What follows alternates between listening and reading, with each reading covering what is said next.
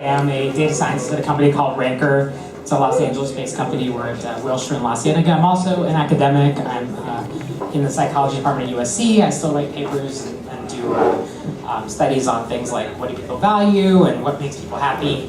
So Ranker, for those of you who don't know, is a site where people make lists with all sorts of lists like favorite movies of all time, best basketball player of all time. They also make esoteric lists like the best fake words from The Simpsons. What's another one? Most obnoxious celebrities, worst presidents of all time.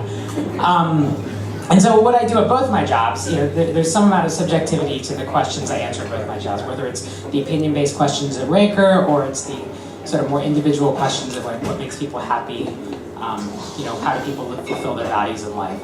And so that's what I'll talk to you about today. How do we answer subjective questions using data, bring some objectivity to the answers to subjective questions. And so before I start, I'd like to tell you a little bit about why I think this is important. So this is what data is typically used for. And so this is the ad business. It's for any of you who's ever shopped for a car, and you've gone to the Toyota website, and for the next week you're getting ads, not just on that website, but on any website you go to for Toyotas. This is the infrastructure that enables that process. There's a lot of really intelligent people working to make sure that the right ads go in front of you. Because everything on the internet is tracked at a very detailed and precise level, it's very easy for people to measure the impact of using data to improve these processes. So, these are all companies that employ lots of people to work on these projects.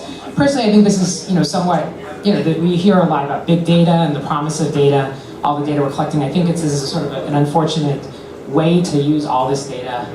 It's best said by Jeff Hemmerbacher. The best minds of my generation are thinking about how to make people click ads. That kind of sucks. What can we do with data to bring this to another level?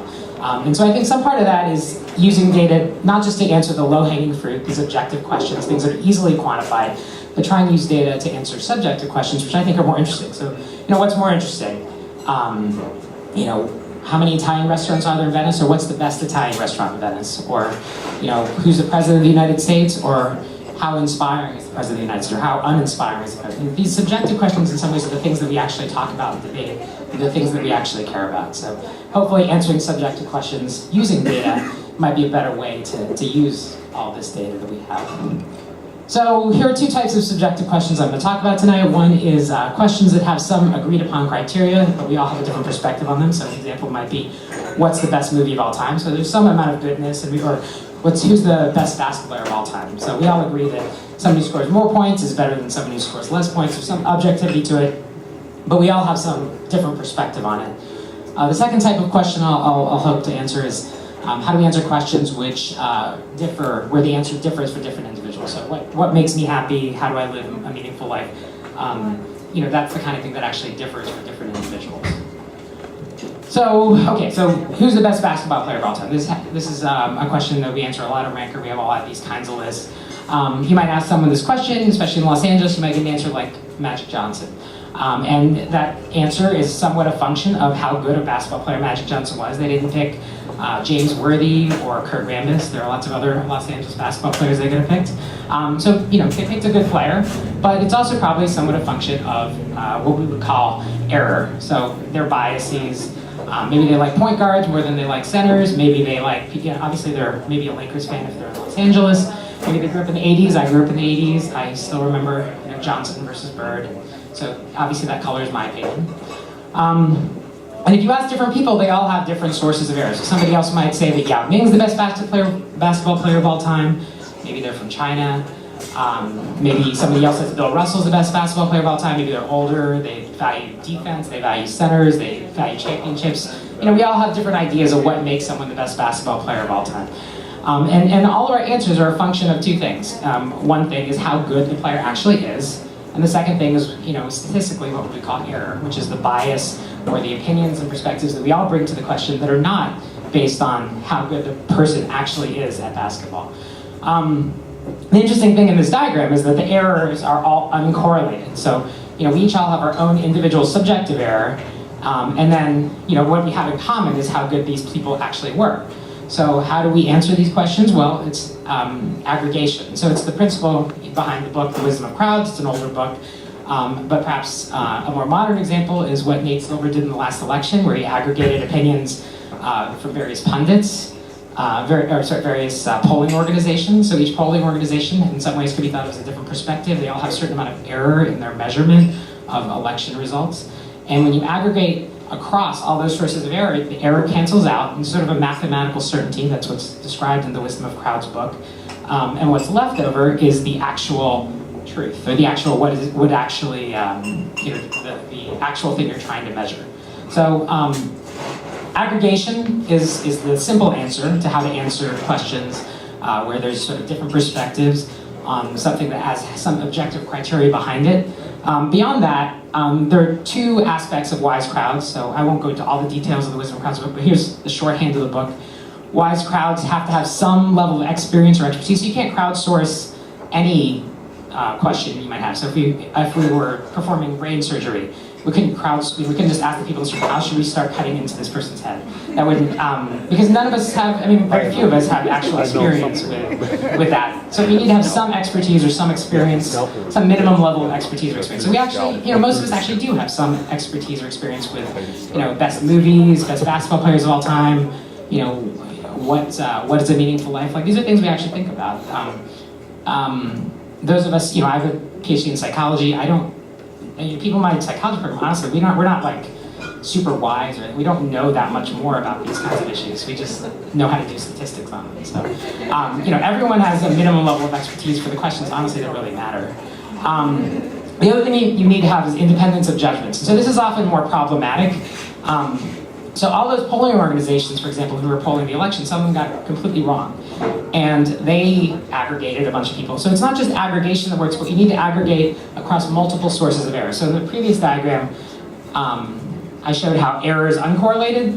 That's what you need. You need your error to be uncorrelated. You need people to measure things in different ways. People have different. So if I were to poll people in this room about, who's going to win the election, for example. We were in Venice. There's probably a lot of correlated error with the fact that we're all, probably tend to be somewhat liberal. It probably wouldn't be a great sampling. So you're looking for independence of judgments. So that's the kind of thing we do at Ranker.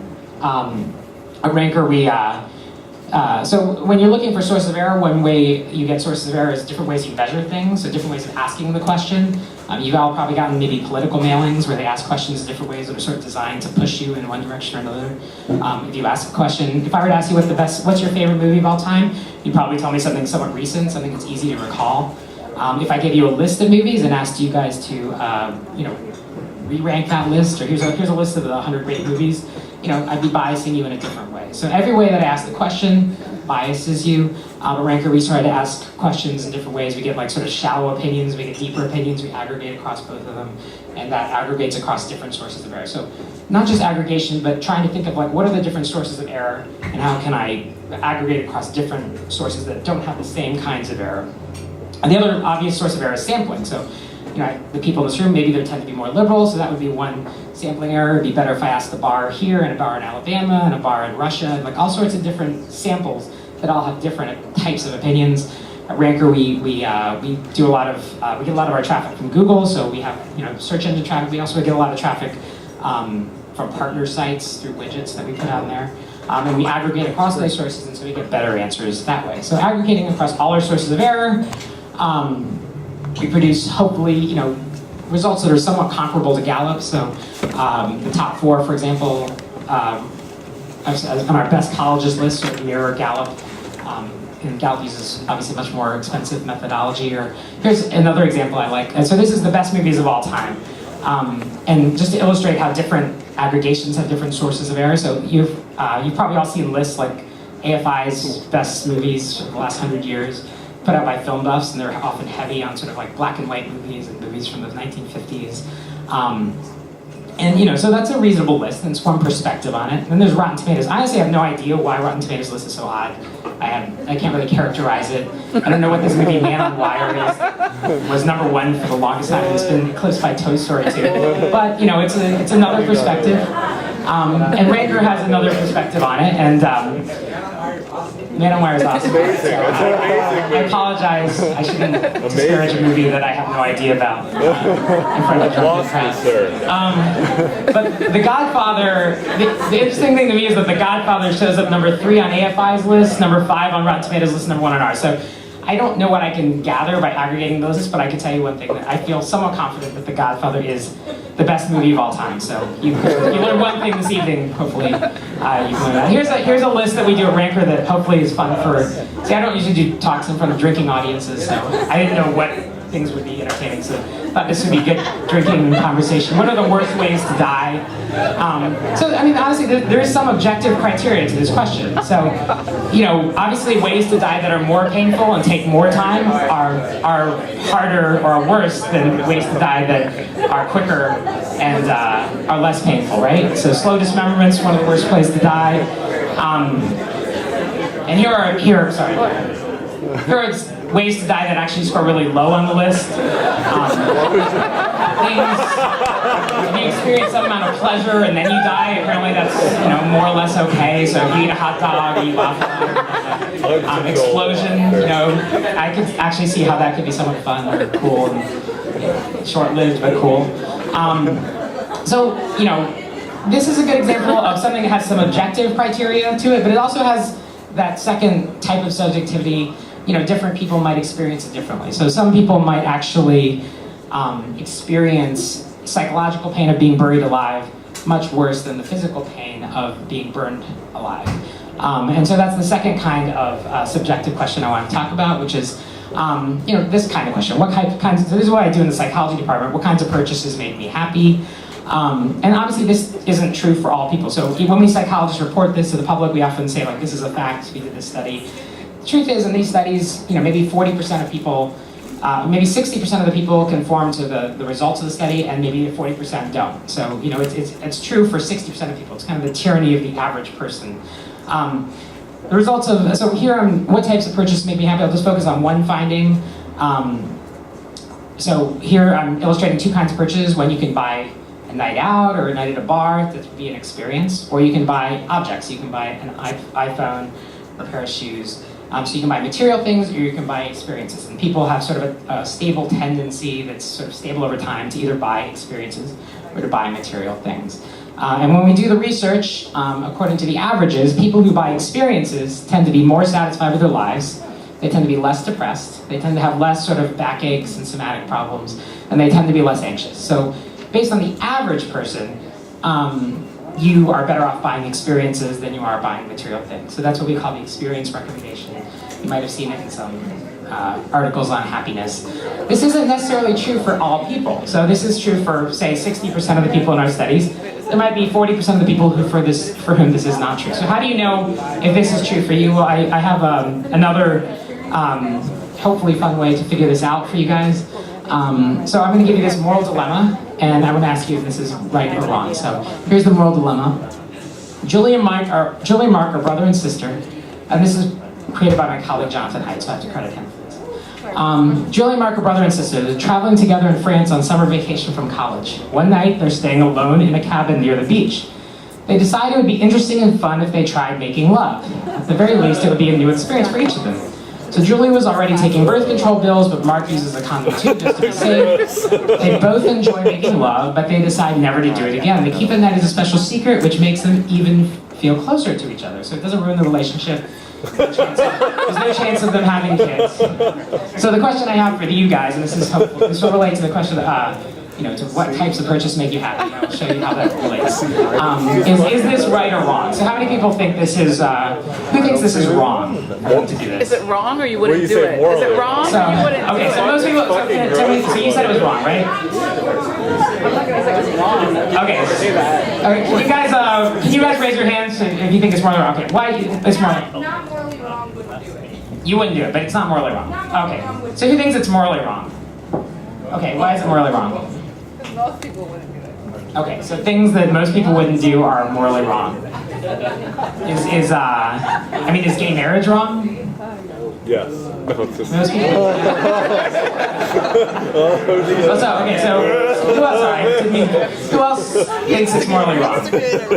All right, so you think it's morally wrong. Why is it morally wrong? This is coming from like a gut of finding this gross, and I have brothers and sisters, so I can't really articulate why, but like, It's about the stuff. Okay, so honestly, that's the right answer. It feels gross because we constructed this dilemma. So congratulate her for getting the right answer. We constructed this dilemma not to have reasons, and we argued against all the reasons why things are right or wrong, right? Like the natural answer you might have for this is, you know, genetically it's wrong for brothers and sisters to have children, so they shouldn't have sex, right? So we obviously argued against that ahead of time. We also, you know, it might ruin the relationship, so we tried to argue, we counter-argued all the rational reasons ahead of time. And so all that's left is the emotion behind it. And so what we're trying to illustrate is that a lot of moral judgment is just about, you know, your gut feeling. We think it's rational, we think we have this like utilitarian calculus in our heads. We can say like, you know, weigh the good, weigh the bad, figure out what's right, what's wrong. That's not how we actually make moral decisions. We actually make them based on our gut. So how does this relate to my original question of what purchases make you happy? Well, for people who are more disgusted, or more likely to think that this is wrong because they're disgusted, so they're the green line. They are high in disgust sensitivity. And you might have seen this book, The High Price of Materialism. People who are materialistic tend to be less happy. For people who are highly disgust sensitive, it's actually, you know, it's a fairly flat line. There's less of a relationship. So if you're highly disgust sensitive, maybe materialism isn't such a bad thing. So it's not making you happier, but it's not making you as worse off. If you're someone who's less disgust sensitive, for whom you were able to rationalize that, well, maybe you are someone who should actually buy experiences and reduce your materials consumption, and that might actually make you happy. So. Who doesn't like what did she say? I could have zoomed in on it, but yeah. No, I will tell you it is statistically significant.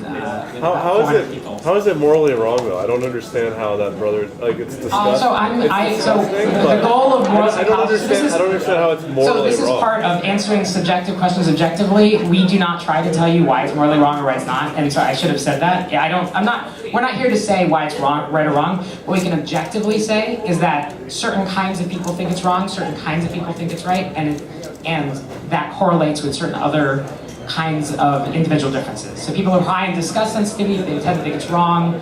People who are not high in disgust sensitivity tend to think it's right. And that's some people think farts smell disgusting, but some people and like. we often use fart smells. Farts, yeah. You know, and so he says some people think fart smells are disgusting, and honestly, we often do that study. We actually bring people in the lab. We have them judge other people in the presence of a fart smell and not in the presence of a fart smell. It gets into high impact journals. But I think if you're saying that if you're saying this is morally wrong just because it disgusts people, then you also have to say that homosexuality or other things are morally wrong. And the kinds of people who say that often are and that's why we're going. It's like trying to find the roots. So we're not saying it's right or wrong, right? We're trying to find out why do people think that maybe homosexuality is wrong. And that's honestly a study people do, is they'll spray a fart spray. Let's save the question to the end. Okay. So, I thought we were allowed to heckle. That's not heckling, that's questioning. well, anyway, I'm happy to answer that. Okay. All right, so I'm almost done. So yes, you can answer subjective questions objectively. One for questions that has some objective criteria that just we all have a different perspective on, you can use the wisdom of crowds approach. For questions that really matter as to which individual you're applying it to, you can use the individual difference approach. We can't 100% tell you whether what types of purchases make you happy, but maybe we can give you ideas for things that might apply more to you than to just the average person. And so, just to return to the question of why one more time, how many people know what this is? Maslow's hierarchy of needs. How many people see Maslow's hierarchy? So this is okay. So many of you already know this. It's been in all the books. And there's research showing that. So it's for those of you who don't know, it's depicted in a pyramid because it's this idea that we need to satisfy these lower order needs before we can move on to these higher order needs. And there's research showing that we're increasingly as a society satisfying these low order needs and moving on to these higher order needs. So at least in sort of richer countries. So for many of us, the challenge is not getting enough food, but it's trying not to eat so much food. Or it's not, we do still have wars, and war is a terrible thing, but wars are increasingly ideological. They're not about actually defending our property and our family. And so increasingly, the challenges we face as a society are these psychological problems, these things that are higher up in Maslow's hierarchy. Yet the things that we use data and technology for are these more tangible things, these things lower on Maslow's hierarchy.